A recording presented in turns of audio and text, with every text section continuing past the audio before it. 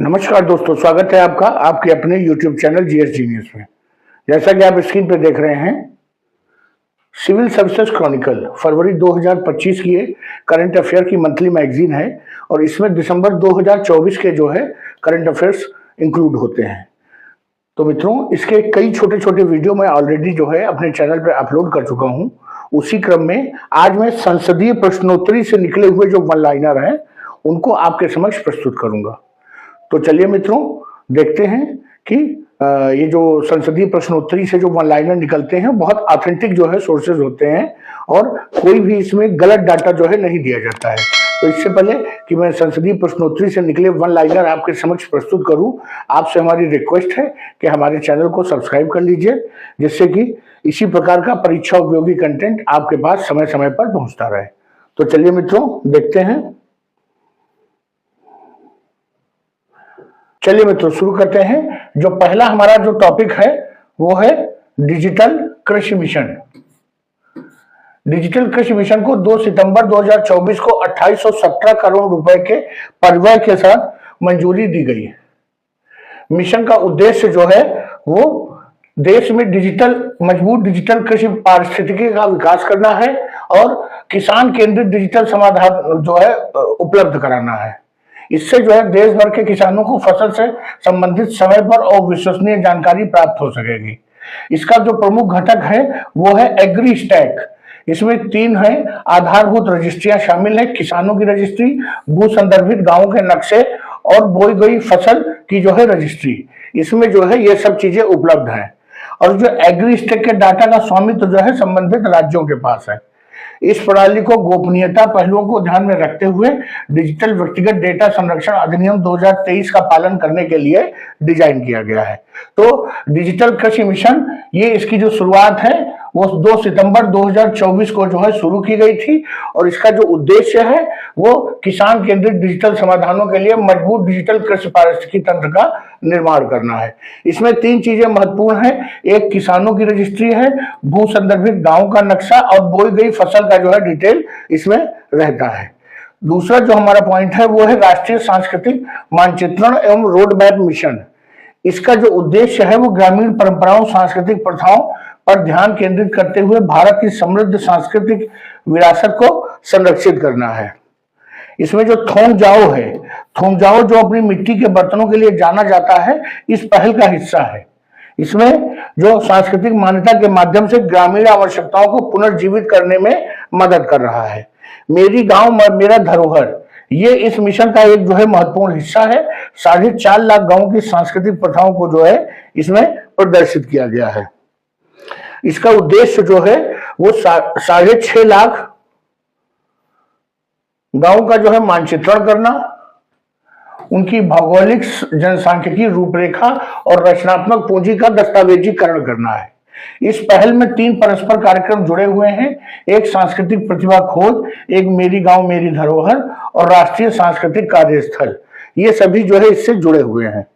अगला जो हमारा वो है पॉइंट वो है लक्षित क्षेत्रों में हाई स्कूल के विद्यार्थियों के लिए आवासीय शिक्षा योजना और शॉर्ट फॉर्म में इसे कहते हैं श्रेष्ठ योजना। तो श्रेष्ठ योजना किससे संबंधित है? तो लक्षित क्षेत्रों में हाई स्कूल के विद्यार्थियों के लिए आवासीय शिक्षा योजना।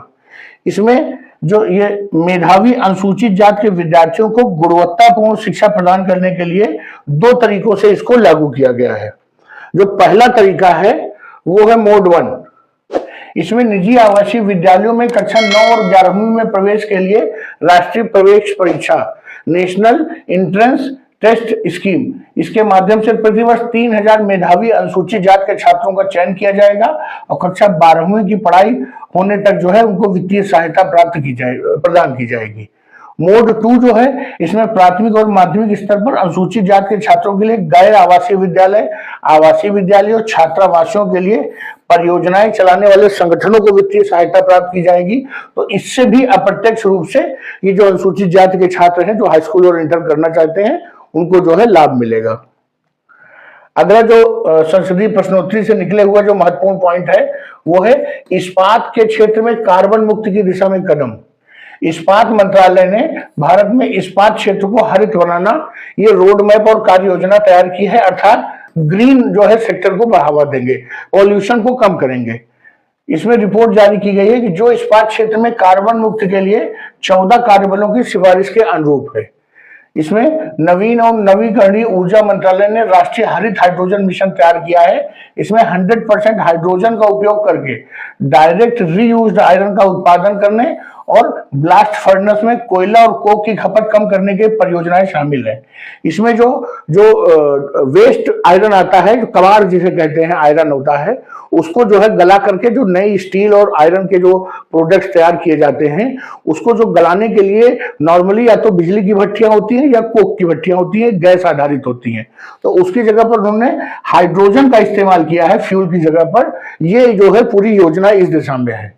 इसमें कच्चे माल के रूप में स्टील स्क्रैप, वही जो मैंने कबाड़ कहा है, का उपयोग करने से उत्सर्जन में 58% की कमी आती है।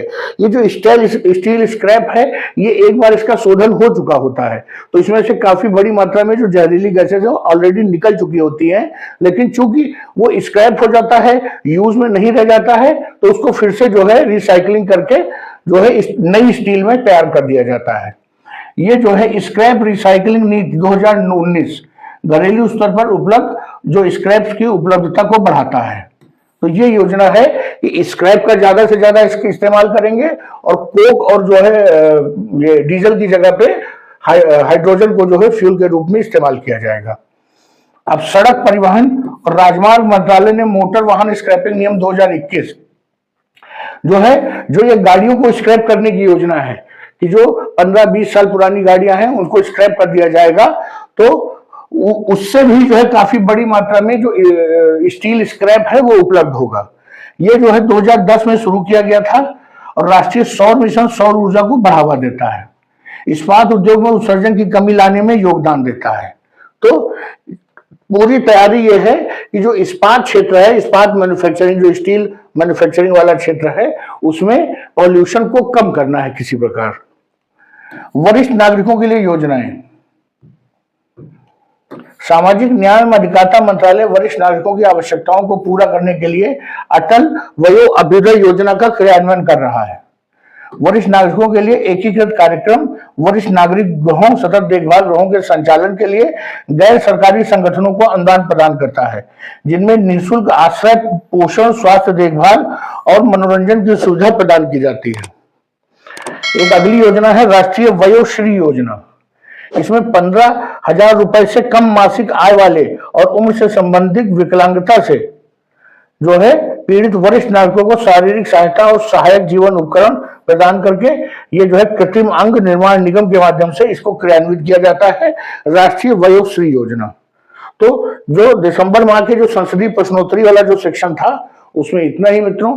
इसमें कई इंपॉर्टेंट 4-6 पॉइंट जो है प्री के दृष्टिकोण से जो वस्तुनिष्ठ प्रकार के प्रश्न आते हैं उनके दृष्टिकोण से उपयोगी था।